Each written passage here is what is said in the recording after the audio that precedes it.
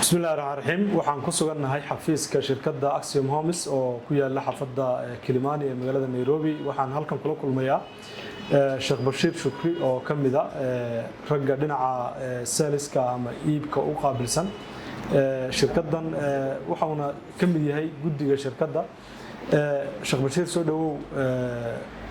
maxay qabataa Axiom Homes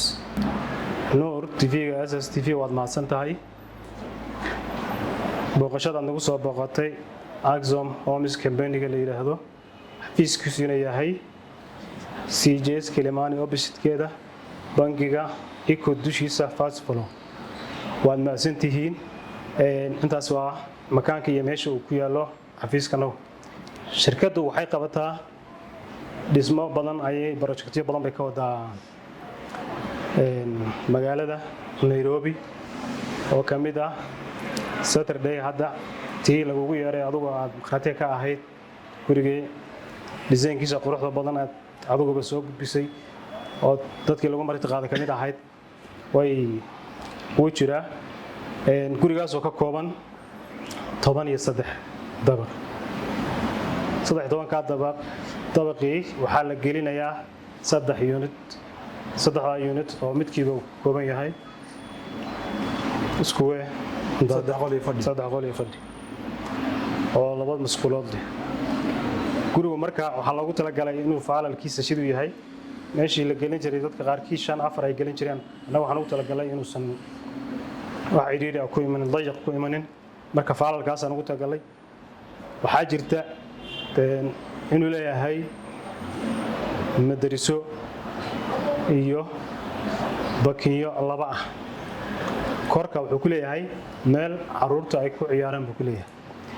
ku yaala meel jawigiisu aad qurux badan yahay soodsi ku yaala jidkan CID-da horteeda maro ku yaala oo dhanka midigta waliba ka sii jeeda meel fiican ku sii jeedaayo dadku waxay jecel yihiin cayaadu inay ku dhacdo subaxii galabkiina ku dhacdo marka wadadu ku sii jeeda xagan bidixda waxa ka ah school international kaga yaala درسوي وين وكلنا بكويالا يجونا meelahan gadaashooda hadda isbitaalka weyn ee Soomaaliya Dr. Xasan baa ku yaala sidaan warbixinteena hore ba ugu gudbinay xagga midigta markaad hore yar socotaad jiirada midig saa u gasho isbitaalka kale ku yaala oo kamid yahay Bellevue isbitaalka la yiraahdo isbitaalkaas oo fiican anaguba aan la galay yar aynu qaraabanahay oo bishii loo jiray marka waa meel fiican oo isbitaaladii Soomaaliya ku wada yaalaan xafadii CID-da ay deganeed ka soo horjeedo oo wax tuuga iyo wax dhib lahayn marka projectigaas halkaas ku yaala kuwa kale oo agteeda ku yaalo oo kamid u dhameystireen way jiraan haddana waxaan ka wadnaa Kilimani iyadana waan ka wadnaa projecti kale ka wadnaa oo sidaas oo kale ah insha Allah taala way gurigaas aad sheegtay soo ku yaala xiriir dhagax dhigiisina aan joognay marka laga yimaado meeqa guri oo kala rabtaan aad Nairobi ka hirgelisaan بإذن الله باري حرمنا هدي لا يرادو كل هذا أنت قعنت لجوا ده ورئيسة هذا صعوته اسمه هذا وعفر مركز إن شاء الله تعالى أنا حاولت إنه هم يجنوا وحنشعل هاي إن ندربه صفي عن إنتانو لما يشتري الرواية أنا بلين كنا أقول هاي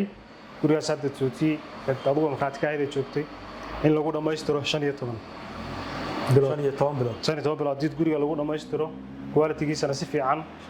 loo diyaariyo waa sanad 3 bilood sidaan anaga hadda ku rajaweynahay bidnillah bari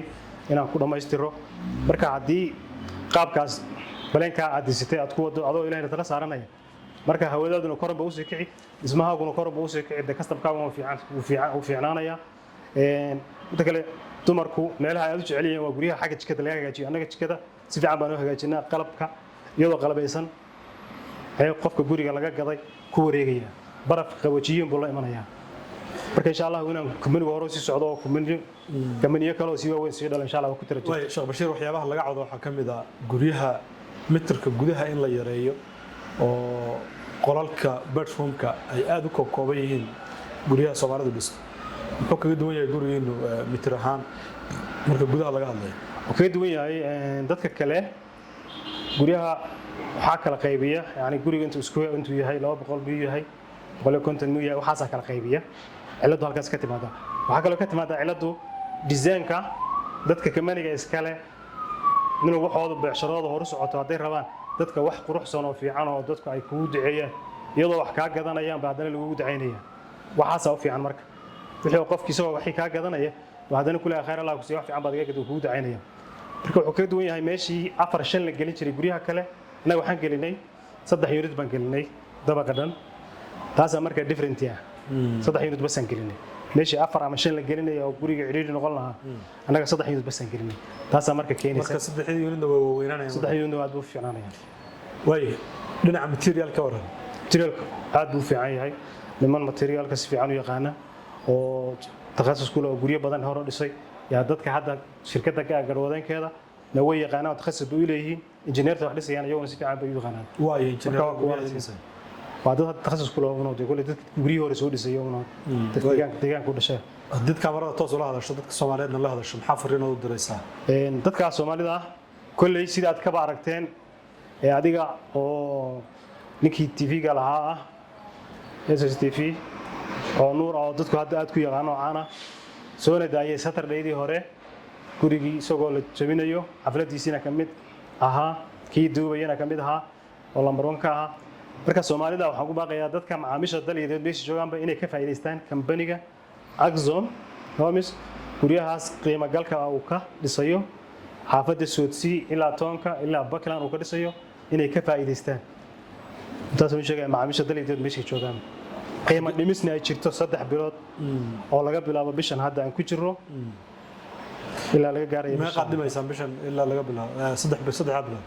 kulay wuxuu waa ganacsi dadku marka ay noo yimaadaan xafiiska noogu soo booqdaan idinkii karantiga ka dhaxaa si fiican baan u dhaqaaleynaa qofkii si uu qosliyo inuu naga tago u bay noqonaysaa insha Allah cayrin mayno laakiin insha Allah ma sha Allah way xagalada kala soo xiriiri kara telefonka shaashada ku qoran baan naga soo xiriiri kara insha Allah aad baa ma santahay contactiga telefonka waa ma santahay